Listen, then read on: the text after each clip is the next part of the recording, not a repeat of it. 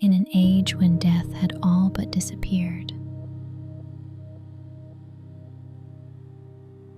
I finally realized today what it means to be alive.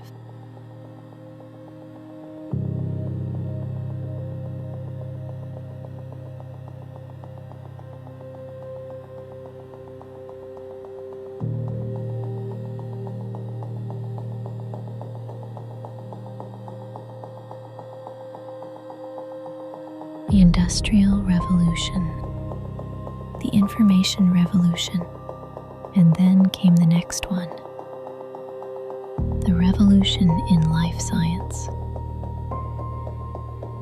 At the center of it was the gene editing technology, once called God's scissors.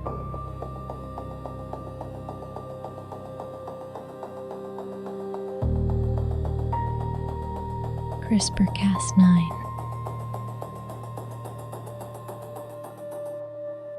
And then, a university student created something more. A system that fused AI with gene editing. Automatic CRISPR-Cas9.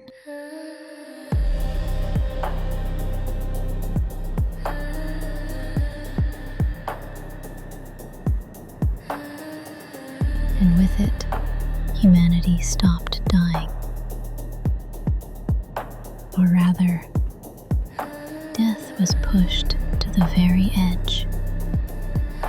Physical abnormalities, neural overload, damage at the cellular level.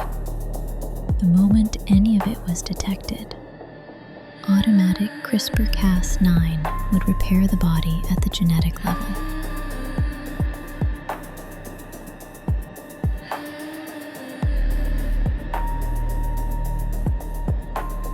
Just as nuclear weapons once were, this technology became a deterrent. Nations possessed it. Treaties were signed. One Cas9 agreement after another. But treaties, like the technology itself, kept being edited. Everything was automatic.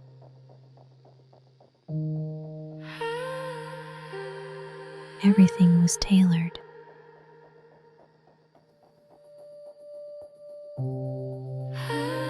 A world perfectly optimized for every individual.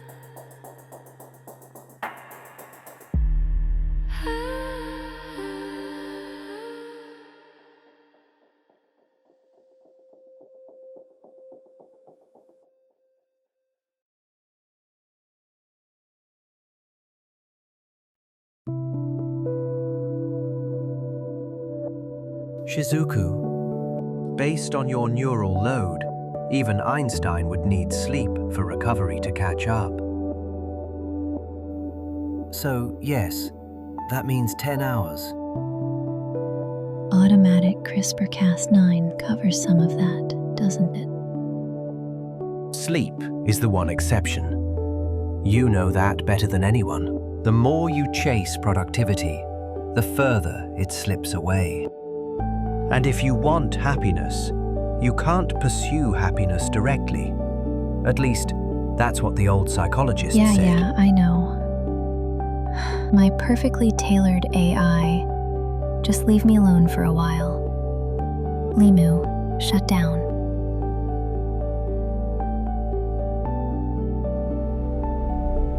AI was never the enemy. For AI, humanity was its reason to exist. Eliminating us would have made no sense.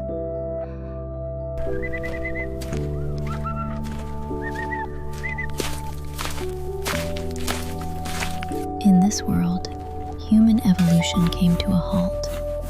Once, pain, discomfort, inconvenience. These were the forces that pushed human beings forward. Since the age of hunters and gatherers, we had evolved through discomfort. That was why the wealthy began to seek suffering on purpose. Inconvenient environments, restricted bodies, painful experiences. They became luxury goods, products designed to restore the lost sensation of being alive.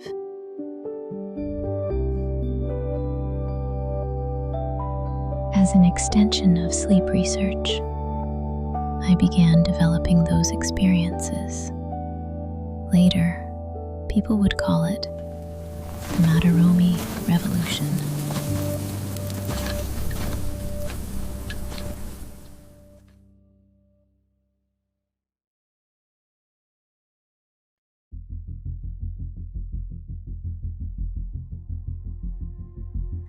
Sleep moves in 4 repeating cycles. The first phase is stage 1. Then comes stage 2, stage 3, and REM. And after that, the cycle begins again from stage 2. But stage 1 is different. It appears only once in a night of sleep. A few brief minutes of drowsing, of MADOROMI. In Japanese, the word means that drifting state between waking and sleep. They say Einstein found ideas there. Dali too. Moments of sudden creation arriving in stage 1. Stage 1, the first threshold of sleep, had long remained one of the great mysteries of sleep science. It was the shallowest phase, the most unstable, which is why almost no one took it seriously. But I kept thinking, what if the smallest layer held the greatest possibility?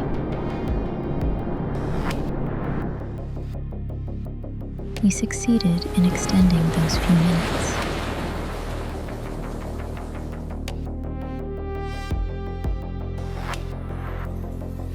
And then we discovered something.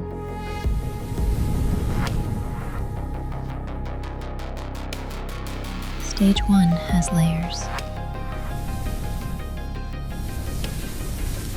Furthermore, those layers were deeply connected to gravity.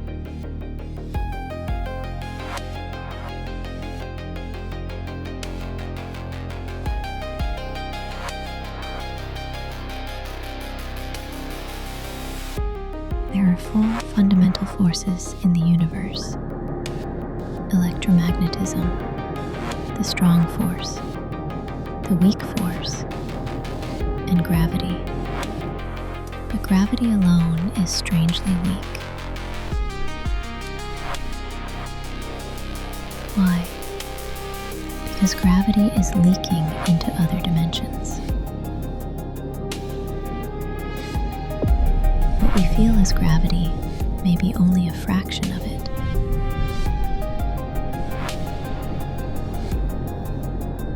Just the visible edge of something much larger. And perhaps consciousness is the same. Only the tip of something far deeper. The space between the subconscious and the conscious. A place my grandmother used to compare to the Ngawa. That narrow space between inside and outside. A place that is both. Some call it breath. Some call it the zeta function. Some call it connection. Some call it emptiness. Some call it silence. Some call it zero. And some call it MADOROMI.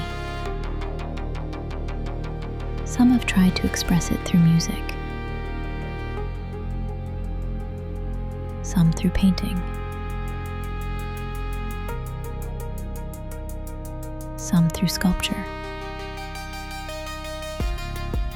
all reaching for that unnamed thing in between. The program we developed extends stage 1, allowing us to remain longer in that creative threshold.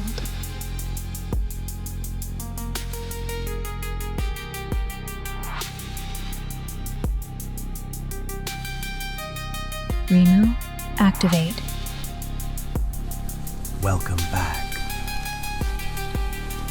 Beginning experiment. Record everything.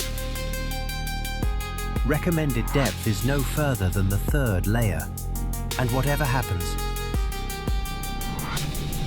come back. My outline begins to dissolve. Space starts to warp. The brain cannot clearly distinguish reality from imagination, and that is precisely why an expanded stage 1 at sufficient depth can begin to affect reality itself across dimensions. What happens there does not simply happen to us. We are the ones who bring it into being.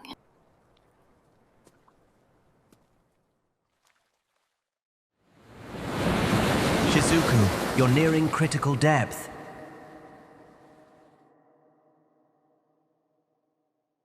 Shizuku.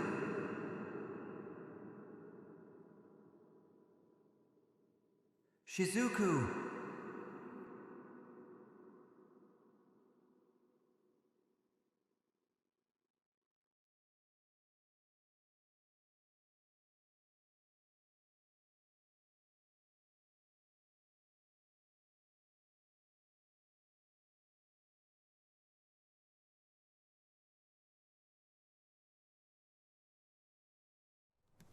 No matter how far science advances, human beings remain much the same. For thousands of years, we have suffered by comparing ourselves to others. And now, surrounded by countless possible versions of who we might have been, we suffer from the distance between ourselves and the futures we never chose. The more materially abundant our lives became, the more precisely that pain seemed to grow. As for me, I'll leave those unchosen futures to the other versions of myself. I want to live this one, even if I am only a single drop in a vast ocean. No, because I am only a single drop, I believe that the way I exist can still change the future. Even in a world where death has become rare, we are still alive. And the moment we truly realize that, perhaps we become human again.